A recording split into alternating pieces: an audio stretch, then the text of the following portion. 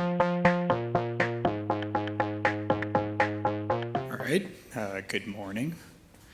I'm Matt Butcher. I'm one of the 3 original creators of Helm.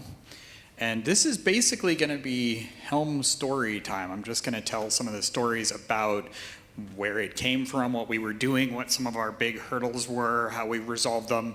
But there's a subtext here that I'll just be blunt about right up front. This is about sort of the CNCF and how we got what it looked like as one of the very, very early Kubernetes projects, and how CNCF formed up, and how, over time, we went from being sort of a little bit skeptical that there was going to be an org that stepped in and sort of did things, to really understanding how much value it added to the community. So that's sort of the subtext behind the stories that I'm going to tell today. But I'm going to just start by telling you where Helm came from. And I'm going to tell a few stories here that I actually have not told before, so I'm a little bit nervous. But this one you might have heard before. So I was working at a small startup in Boulder, Colorado called Deis. And Deis had been acquired by a company called Engine Yard. I don't know if any of you are familiar with Engine Yard, but they were huge in the Ruby on Rails world. And then as Rails sort of leveled out in popularity, they were kind of looking for what might be the next big thing. And this little startup in Boulder, Colorado called Deis, or called at that time Optimand, was building a new style of PaaS that was based on the container ecosystem, this kind of emerging one. And so they merged the 2 companies together. And shortly after that, we started getting really excited about this brand new technology that had come out of Google that none of us could pronounce, like Kubernetes, just kind of trying to figure out what it was. But we were really excited about the potential as a container orchestrator. And so a few of us did a bunch of R&D on whether or not we could basically start replatforming our entire PaaS on top of Kubernetes. And the early results were promising. And so at a company all hands, we all met together in the kind of cloistered hotel conference room sort of thing. And as part of that day, I give a little talk about what Kubernetes was to kind of introduce the company. The CTO is like, okay, I want you to give a talk about what Kubernetes is. And I said, to engineering? And he said, no, to the whole company. And I said, like engineering and IT and ops? And he said, no, like the whole company. I said, like finance people and marketing people? And he said, yeah, they'll be there too. So I took some of my kids' stuffed animals and kind of put them around, took a couple of pictures of them, and to this really cheesy slide deck called the Illustrated Children's Guide to Kubernetes that we ended up turning into a book later. But shortly after that, we did a little hackathon project. And at stake was a $75 gift card, Amazon gift card, and we were in teams of 3. So really it was about $25 of an Amazon gift card.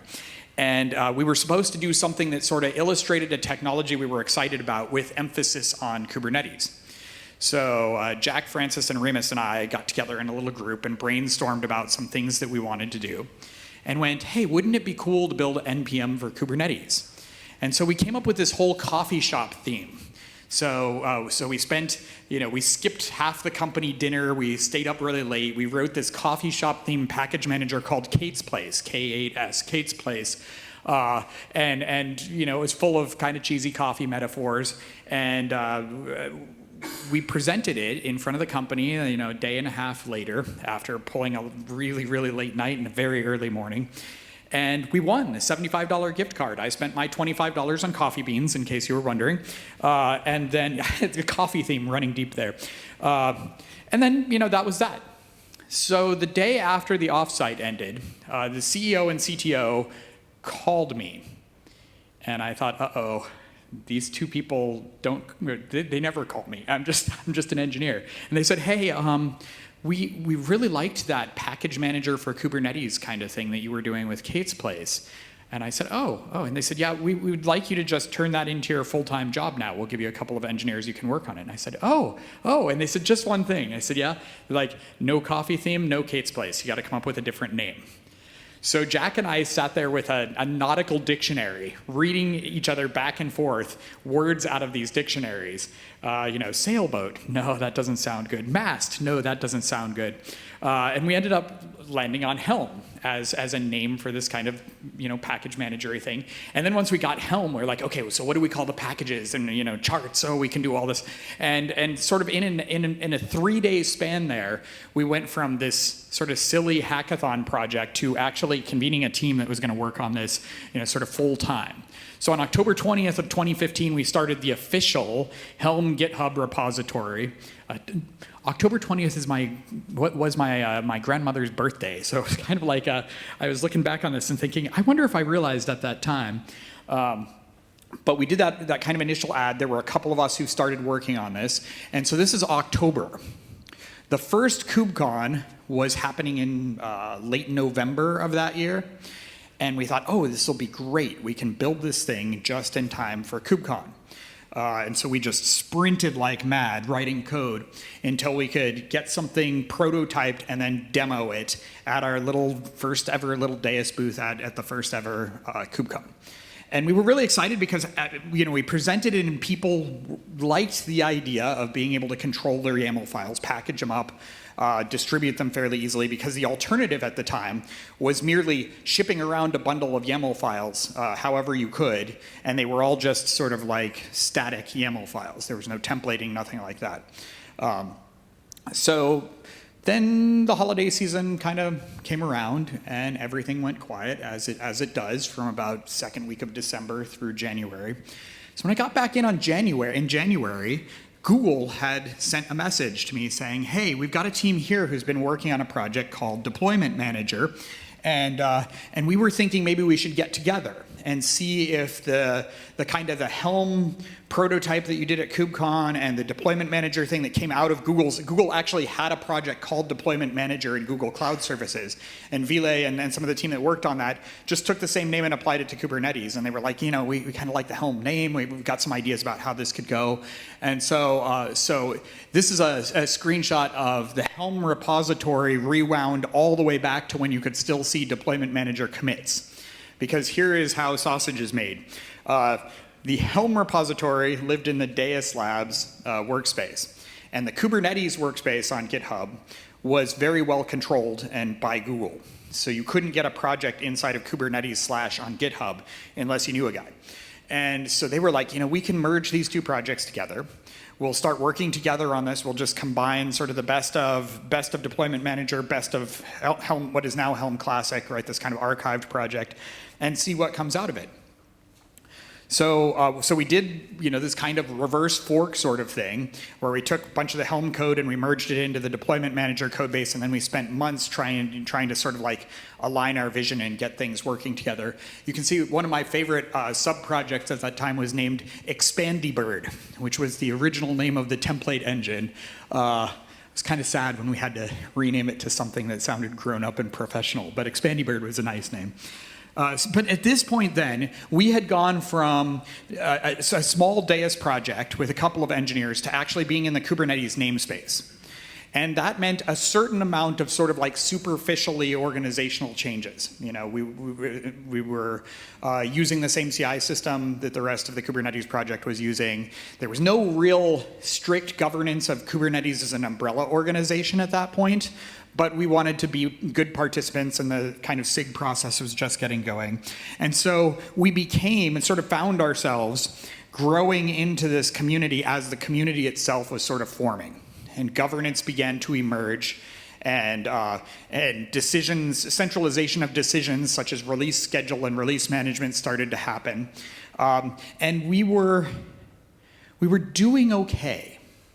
We were okay abiding by sort of what Kubernetes was doing, but we were a little bit stuck because on some of the things like release management, because our release cycles rarely aligned with Kubernetes, and that was for a few reasons. But most notably was because our feature roadmap didn't line up with the Kubernetes feature roadmap, because we were building a package manager, not building an orchestrator. And so the feature commits and things like that were coming in very fast compared to Kubernetes, where it often took months and months for things to solidify. We were at that like rapid growth phase where people kept discovering Helm, and they wanted a new feature, and that feature was kind of mission critical, and we couldn't wait for several months. So we broke the release cadence of Kubernetes. And that was frustrating for us and frustrating for Kubernetes as an org. And Kubernetes itself was sort of still going through all of its growing pains. And we just, there were all these moments where it was like, we don't quite fit in Kubernetes, the org, because we're not quite doing the same thing. But there was no real alternative for where we would go. So we'll pause that, because that's where CNCF really starts to enter the picture. But in the life of Deis, another thing was happening that threw kind of a further wrench into the difficulties of startup life. We got acquired by Microsoft. And it was probably the best acquisition I've ever gone through. There was like zero attrition. Microsoft basically said, hey, we love what you're doing. I worked for Brendan Burns, who is the creator of Kubernetes, and he's like, we really love Helm. We love the kinds of work you're doing on the PaaS side. We just want to keep going on the open source stuff. So they broke Deis into two teams. One team went and built what is now AKS, and the other team became Deis Labs. They even let us keep our name. And we continued working on Helm, and we began building other tools that were destined to go into CNCF. We built them expressly for the purpose that they would go into CNCF. But in those first few months, when we first got acquired and the uncertainty level was very high, we really weren't sure what was going to happen to us, right? We thought, is Helm really is this going to be the thing that, like, we get assigned to work on a different project and Helm just sort of, fades away? But the opposite ended up happening. So Microsoft helped us put on the very first Helm Summit. The first one was in Portland, and it was a chance to convene the early Helm community and ask for input. What are you trying to do? What's hard, what's easy? Where do you think Helm should go in the future? So we were in the Kubernetes org, throwing a conference that was not really a Kubernetes conference, and sort of doing all of this out of band. And CNCF was just getting started at this point, and understanding how Linux Foundation would relate to Kubernetes. And I went out to coffee with a couple of people from Google and from early CNCF, and we had this conversation where we said, okay, is Helm really the right fit inside of a Kubernetes project? We know we're breaking the release cadence. We know we're not necessarily following the governance. We know things are all different. What should we do? And Brian Grant, who was at the time the lead of the Kubernetes project, said, I would support if you wanted to break out and become a separate CNCF project. And I would be more than happy to help you do that, talk to people about it so that it doesn't look like we're kicking you out and it doesn't look like you're leaving because you're angry, but it looks like we're being careful about how we organize things. And even looking back on that conversation with Brian over coffee was a really big moment for me in understanding what it was like to do this kind of open source community thing the right way. Because it very easily, as he pointed out, could have broken down and looked like there was drama, right? That we were upset, that they were upset, that things weren't working out between the two of us, those kinds of things. And instead, by being very intentional and saying, look, this is what CNCF has to offer, they had just started talking about doing this sort of incubation and graduated project distinction where we could come in as an incubating project, get the support of CNCF, have booth space at the conferences, all of that kind of stuff, but have a target to shoot at that was a maturity target. And all of that stuff, as we're talking through it, we're going, this really makes sense for what we want to do. It gives Helm the level of autonomy we need to be able to manage our release schedule, put in place some governance that makes sense for the project, have our own resources. One of the trivial other things that was hard for Helm was our CI pattern did not match the CI/CD pattern of the Kubernetes project, and we use like this tiny fraction of this Circle CI or I can't remember which we were using, but tiny fraction of it. But our pattern was way divergent off of theirs because we were testing charts and things like that. And that was another one of those kind of sources of tension where we're going, well, we're going to run our CI differently. Once we broke out of the Kubernetes org and moved over as a CNCF project, that kind of stuff just aligned. And so it was a very, very smooth transition. And again, aided by Brian and other people in the Kubernetes org who helped us break things out and then helped us, kind of figure out what we were going to do on our CI/CD pipeline. And very soon after that, we found ourselves just sort of chugging along very productively as an independent project. All projects have some growing pains, though. And our big one was the Helm 2 to 3 version change. So with Helm Classic, the very original version, it was all client side. When we merged with Deployment Manager, we introduced this two-tier structure. So there was going to be a piece of Helm that ran inside of your Kubernetes cluster, and there was going to be a command line client that would run outside of it. The core of the design decision here was influenced by what we thought Kubernetes was going to grow into. And we were thinking about Kubernetes as if it were like a Unixy thing, where you would have a root user, and the root user installed stuff, and all the other users would have limited access on the cluster. So we were thinking of Tiller, the server-side piece, as sort of like the root user account, and you would log in with entire cluster credentials and be able to install things there and have it deployed out through your cluster. It turned out that security didn't really play out that way in Kubernetes, and instead the project as a whole, and this was, I really feel, steered very much by the needs of the community, took an approach that was like, no, we really want to allow people small domains of control, and they will install and they will manage their own things.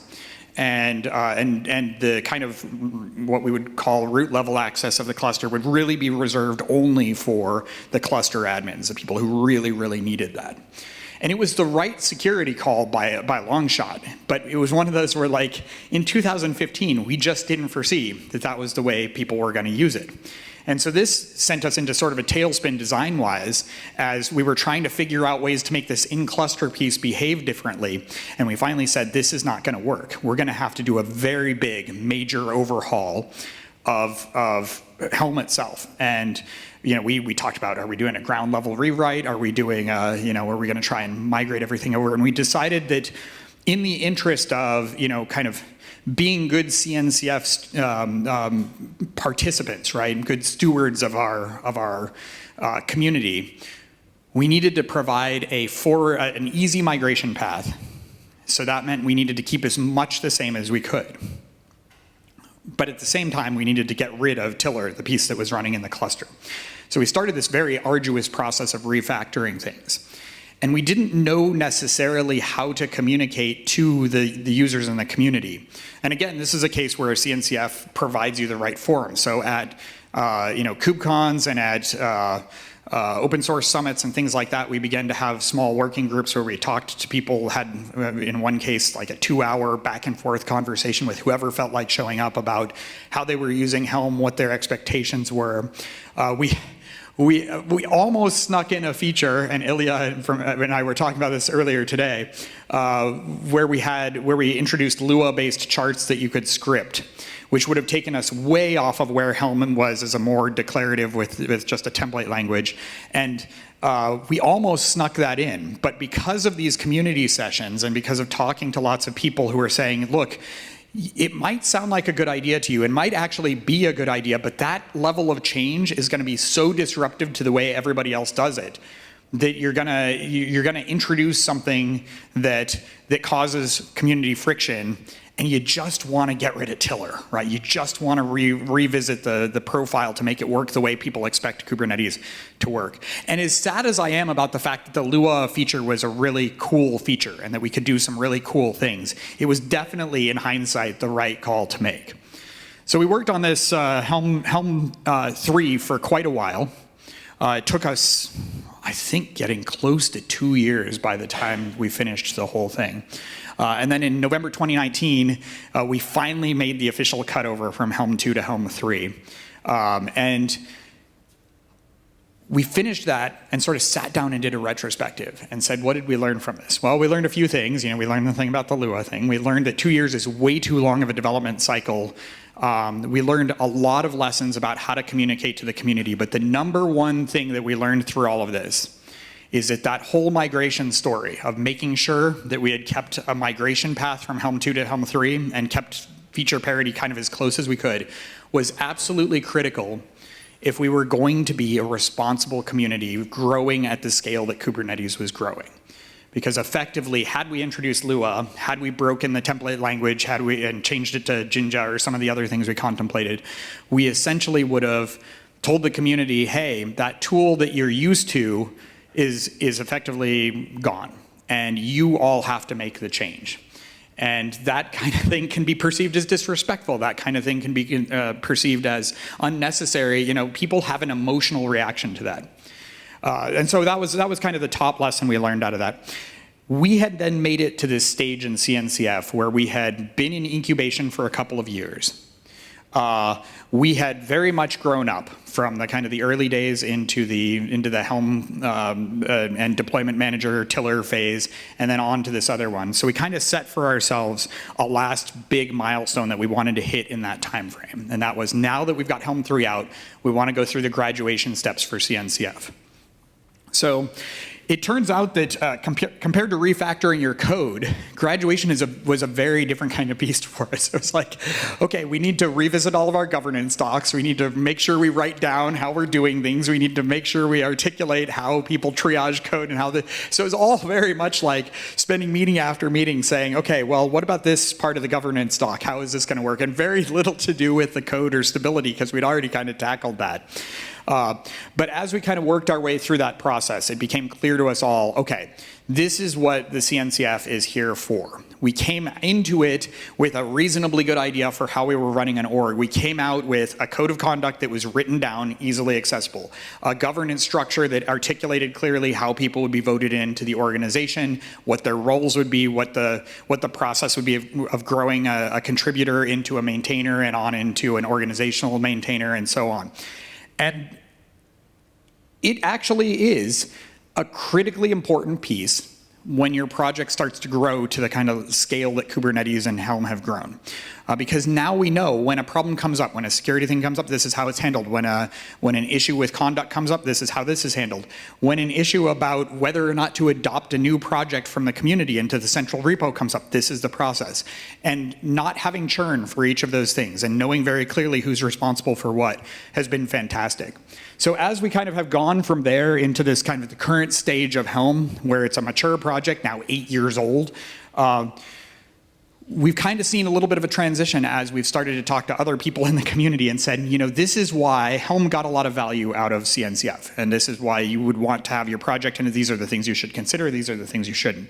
And in some ways, because of where we were in Microsoft back then, and because we introduced other projects into CNCF, we really started to understand where the value were for each project. They introduced the sandbox layer, and it was like, okay, we got a new idea, it's applicable to a lot of cases, we want to share it with everybody, we'll put it in this sandbox layer. Okay, now it's got a lot of users and we need to start talking about stability and reliable releases. We're going to move it into incubation. We knew the process, and then you kind of just move your way through there into graduation. And that has just proven to be a very good system. So, you know, it was interesting to start out in those kind of Wild West sort of days of early Kubernetes, where there was very little system and very little process, and we could do things like just randomly merge the Helm project into the deployment manager project and call it Helm v2. But I've really come to appreciate over the years why it is so valuable to take what is a small community and participate in a big community building or community-oriented foundation in order to really help that project go from early days into something that's stable and mature and usable to a wide variety of people. So with that, do I have time for questions or anything? So I've got a couple of minutes for questions if anybody has questions about anything Helm related, or anything CNCF related, anything like that. Yep.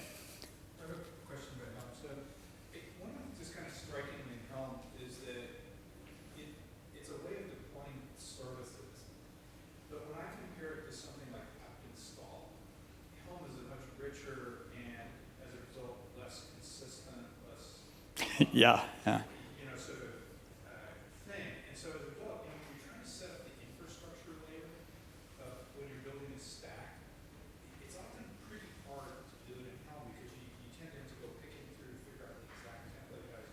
I'm just wondering if you guys have thought about that problem. And I don't know if there's a solution, but I know this. And it's a like if I'm trying to set something up in Argo CD, it's not easy, right? Because each of these components is different.